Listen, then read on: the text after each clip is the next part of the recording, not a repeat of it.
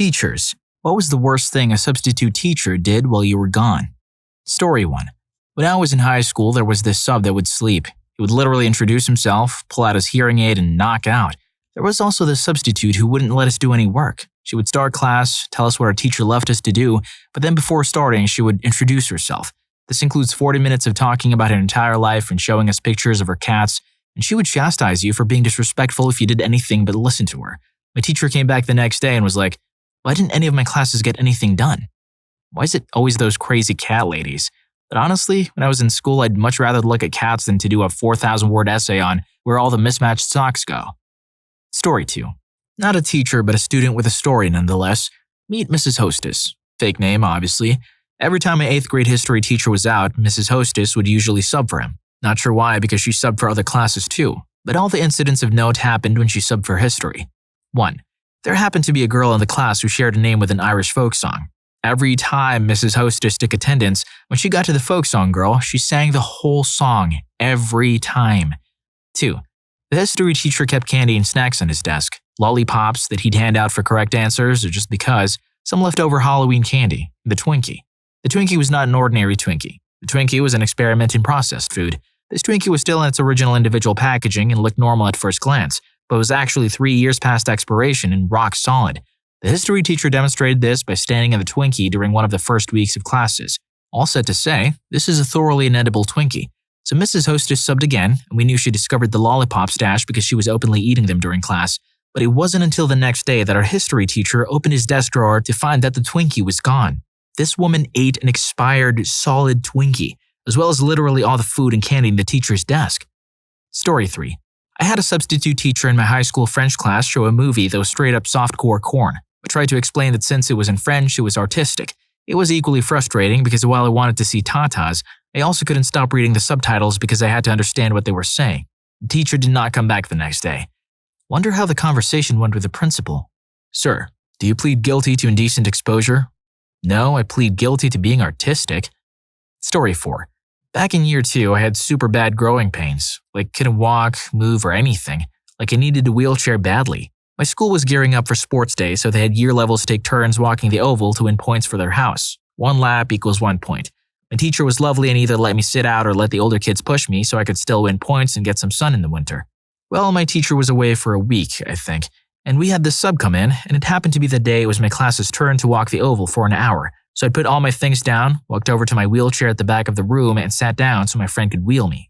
And boy, she didn't like that. She demanded I get out and stop playing in it because it wasn't a toy. I knew that, said that, and tried explaining, as a shy 8-year-old with a stutter, how I had crippling growing pains. She wasn't having any of it. He grabbed me by my arm and threw me out of it and told me to get up. It felt like every one of my bones broke. The walk to the oval was horrible. She wouldn't let my friends help me walk. She screamed at me if I fell behind and told me I was holding everyone up. I was crying and I lost my lunch break because I was putting on a show. She made me walk the oval after pleading not to. All my joints were swelling and pulsing to the point it felt sick. I got halfway around the oval. Our oval was around 1.5 kilometers, and I passed out. Luckily, we were oval walking with the year 7s. One of the footy boys ran half the length of the oval to come help and carried me down. The sub was yelling at him to put me down, because I was just doing it for attention. And the king he was, with a now screaming 8-year-old in his arms, just walked past her and told her to go screw herself. He took me back to the classroom and used the class phone to ask the office lady to call my mom to pick me up. By that time, the sub had reached the class and the year 7 boy had put pillows on the ground and set up a spot for me to lay down. And the moment he left, she just flew off the handles. I was made to stand in the corner of the classroom, Blair Witch style, for the rest of the day as punishment. My legs were trembling. I was crying, and each time she heard me, it was another day added. And she would make sure my teacher knew she could continue the punishment. Psycho much? Mom showed up just before lunch, so I'd been standing there for about 45 minutes, and when I saw Mom, I just collapsed and Mom went off. My mom was really crazy, and boy did that teacher cry. The sub called for the principal's help, and apparently he could hear my mom yelling for him to come down, so he ran. The whole class backed me up and told him what she had done to me, and she ended up being fired. That hour and 45 minutes I had her as a sub caused so many issues over the next 3 years with my joints, and ended up not being able to walk for a month. Apparently that wasn't the first complaint, and she wasn't allowed to sub or teach again. Good riddance. I hope her joints hurt too when she's of old age. Hey, guess what? Our team just introduced Rufus rugs. Premium, custom, hand-tufted rugs. Imagine having your own unique rug that perfectly reflects your style. Whether you're a dedicated Naruto fan or simply adore Pokemon and can't resist displaying bus toys, we can turn your dreams into reality. We can create almost anything you want.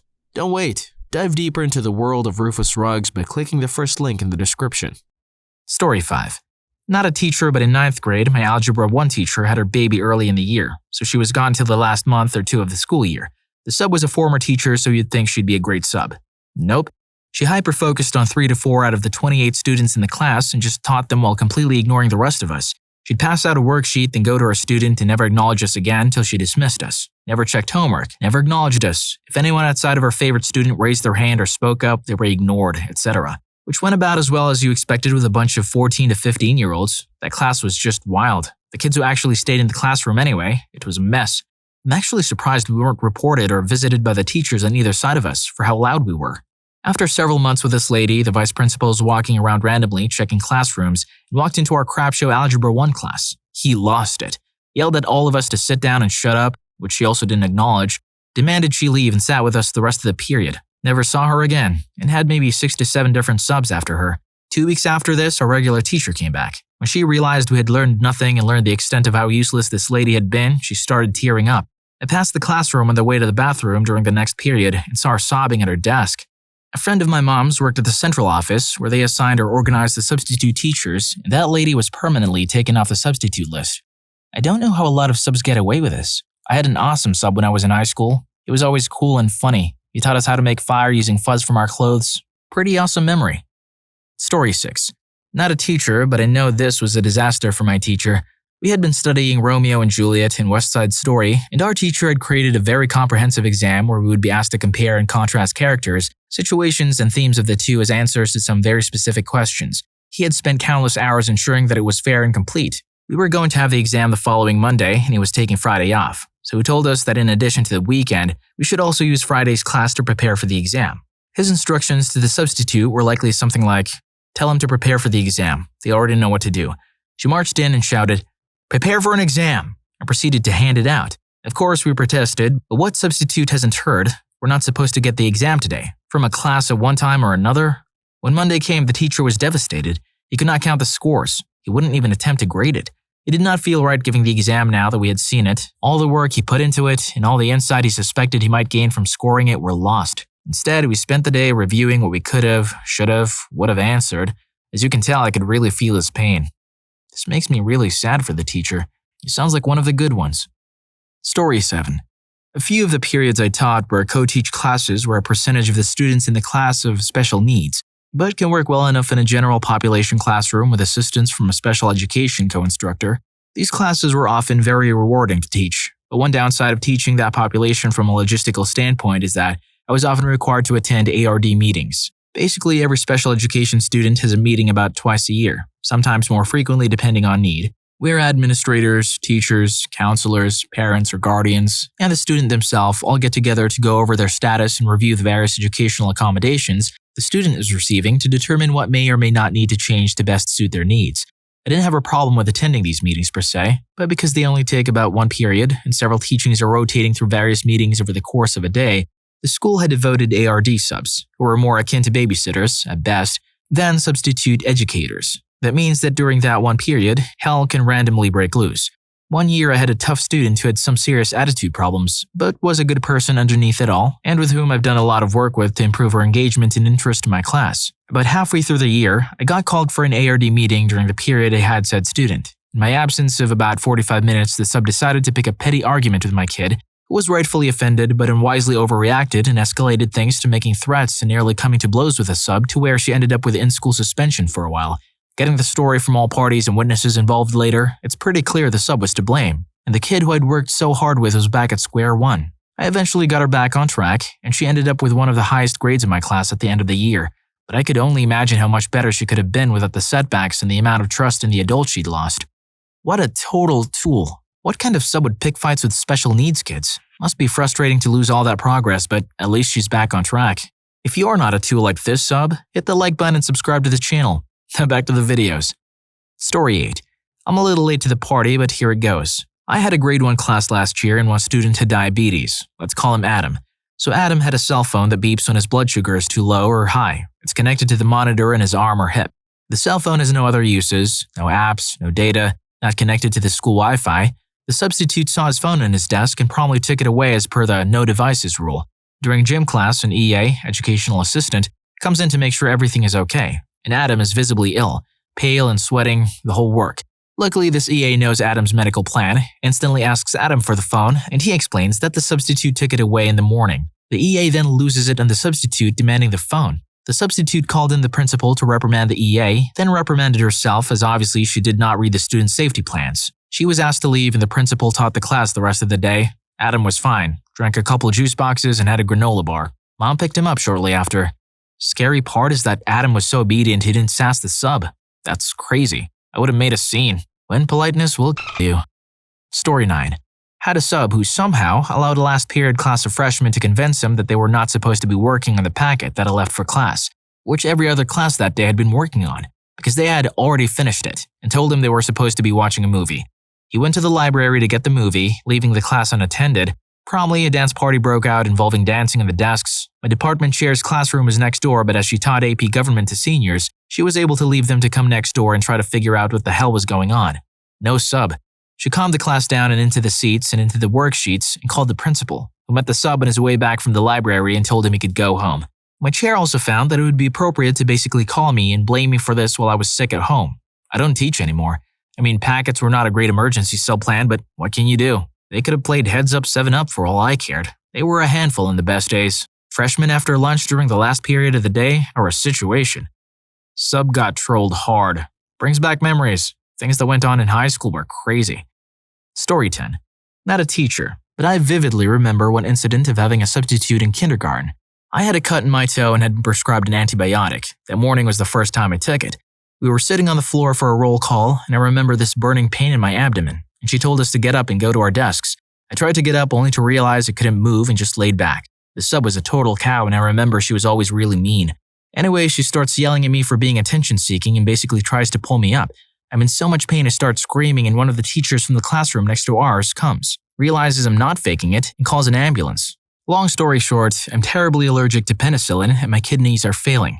I was in hospital for almost a week before I got discharged. Needless to say that Absolute Witch was not allowed back at the school, but I will never forget that day. A cow picking fights with a kindergartner sounds pretty wild. Story 11. Not a teacher, but I participate in STEM programs a lot. In the 90s, I belonged to a club that refurbished old industrial PCs and donated them to schools. Sometimes we'd get completely burned out motherboards or disk drives, so I took a bunch of those and made displays showing the insides of computers, and I'd let the kids explore them as part of my session. Then I'd dig out a couple of blown PCs and monitors, hand out the screwdrivers, and let them rip them apart.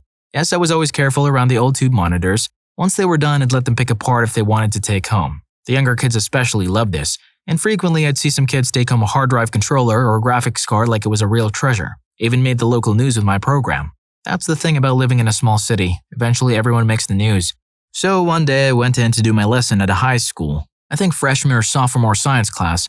The class had a substitute and I had an appointment right after that session. So I told them I'd come back to pick everything up the next day. The kids could take whatever they wanted from the old PCs, but please put my displays aside in the cupboard.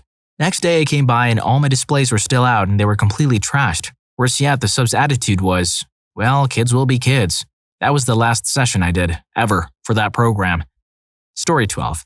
Way before most of you were born, it's May 1981. I had a bad cold. I am moving from an apartment to our first house, and my wife is due to give birth to our first child at any time. It's a Thursday. I write lesson plans for Friday and Monday.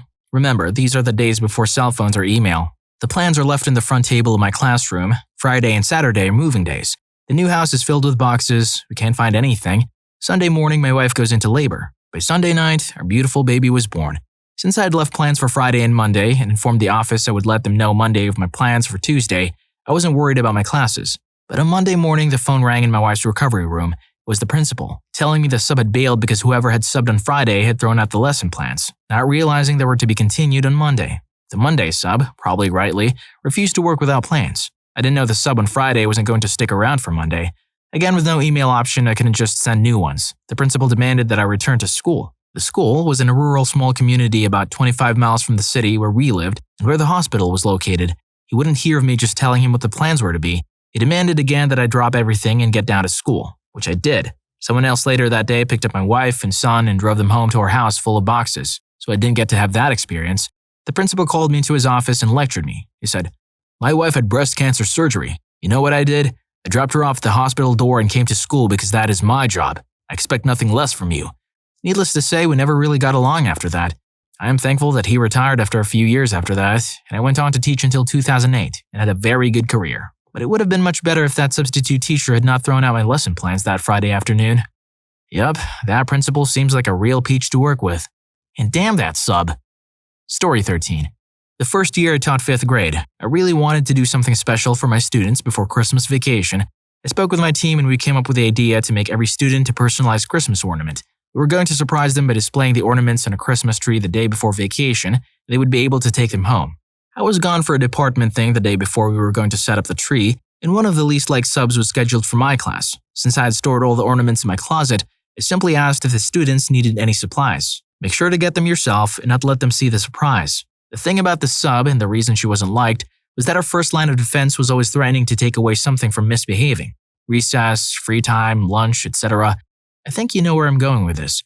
Fast forward to the end of the day. I get back to my classroom in the last 30 minutes of class so I could dismiss them when all of a sudden, I met with 25 kids asking about their ornaments. I tried to play dumb and ask them what they were talking about, and of course they informed me the sub said something. She told the students about the ornaments and said if they misbehaved, she would tell me and I would take away their ornaments. Instantly, I was filled with horror that the surprise was ruined for all of 5th grade. They're kids. They told the whole grade during recess. Anger because that damn sub ruined the surprise, and disappointment because I really wanted to see their faces when they walked through the door the next day and saw a special Christmas tree with a personalized ornament. It's not the biggest deal or anything, but I was really upset that weekend. To this day, when I talk to my old partners, I still refer to her as the Grinch. What's her problem? Someone not feeling the Christmas spirit? I would have gotten her a gift. Coal. A big lump of coal. Story 14. Went to sleep for 15 hours. My class was freaking amazing. The sweetest, most thoughtful group I've ever had. When I got back the next day, I asked how the sub was. Me. How was the sub? Them.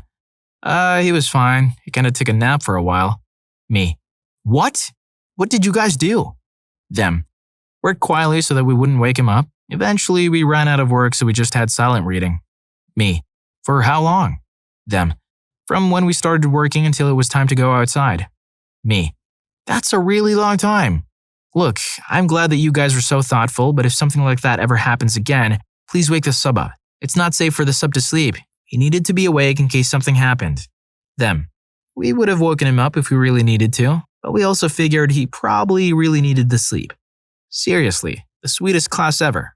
To be fair, if a sub fell asleep in class, my classmates would have done anything not to f it up. Free pass to sleep or play on our phones or whatever. Hell yeah. Story 15. I had to go out for surgery early 2019. I arranged for my predecessor, who I worked with for a long time in a different classroom, to take over for 6 weeks. I wrote meticulous lesson plans with song lists and everything, and we had several meetings beforehand.